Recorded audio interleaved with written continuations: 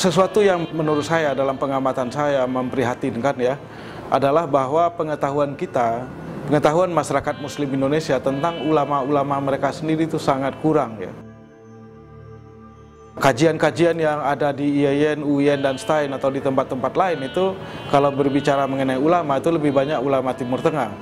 Kita kurang sekali mempelajari, mengetahui ulama-ulama besar kita yang sesungguhnya memberikan perspektif keilmuan, intelektualisme yang tinggi, di samping juga melakukan kontekstualisasi ajaran Islam untuk kepentingan masyarakat Muslim Nusantara sendiri. Terjadi proses kontekstualisasi. Salah satu ulama besar itu adalah Syekh Abdul Rauf Singkel, ya, berasal dari Singkel, Aceh, hidup pada abad 17, lahir tentu saja di Aceh, tapi kemudian pergi ke Hijaz, ke Haramain, ke Mekah dan Madinah untuk belajar Islam.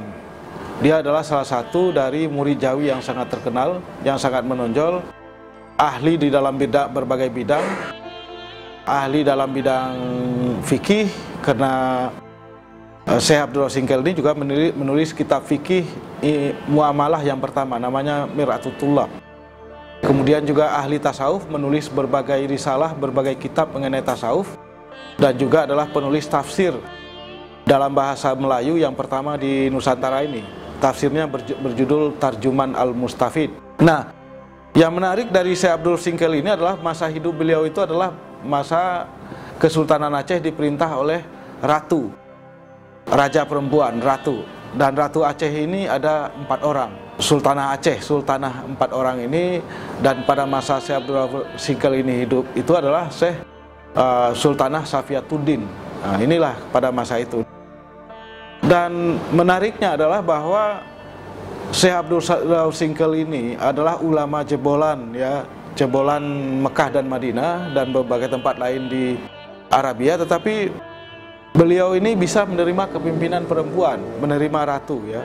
Jadi dia ketika pulang ke Aceh, beliau ini tidak mengajarkan supaya orang-orang Aceh atau masyarakat Aceh itu mengganti sultanah, raja perempuan dengan raja laki-laki, tapi sebaliknya malah Syekh Abdul Rauf Singkel ini memberikan penjelasan, memberikan kontekstualisasi di dalam fikihnya, dalam fikih muamalahnya, yaitu Mir'atut Thullab, bahwa sungguhnya persyaratan untuk menjadi pemimpin politik di sebuah negara Islam, di masyarakat Muslim, itu tidak harus laki-laki, bisa saja perempuan gitu. Dan oleh karena itulah maka Syekh Abdul Rauf Singkel sendiri kemudian menerima Sultanah Safiatuddin yang sudah berkuasa di Aceh, yang nanti dilanjutkan oleh sultanah-sultanah yang lain sampai jumlahnya 4 orang.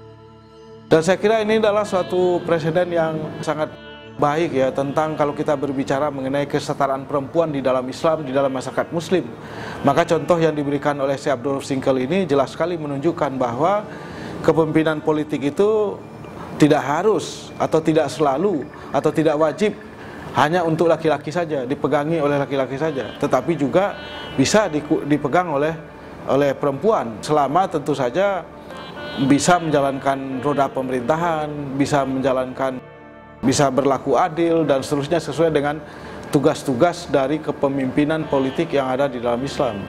Jadi ini saya kira yang menarik dari sini, dan Syekh Abdul Rauf Singkel ini bukanlah ulama yang sembarangan. Sekali lagi, berbagai studi yang dilakukan oleh baik para sarjana Indonesia sendiri maupun para sarjana asing menunjukkan bahwa Syekh Abdul Rauf Singkel ini adalah seorang ulama besar dengan intelektualisme yang tinggi, sampai seorang guru besar tasawuf, Profesor N. Mary Simmel yang berasal dari Jerman, menyimpulkan bahwa sejauh menyangkut tulisan-tulisan Syekh Abdul Singkel mengenai tasawuf, maka karya-karya tasawufnya itu sangat brilian dan otentik. Nah, ini menurut mendiang Profesor Dr. N. Mary Simmel. Jadi oleh karena itu saya kira kita masih perlu mengkaji lebih banyak lagi mengenai intelektualisme Islam sebagaimana yang diperlihatkan oleh para ulama kita di masa silam, sehingga kita bisa mengapresiasi pemikiran mereka, dan sekaligus juga kalau bisa insya Allah kita coba kembangkan lebih jauh lagi untuk kepentingan kita di Indonesia ini, di masa hari ini maupun di masa yang akan datang.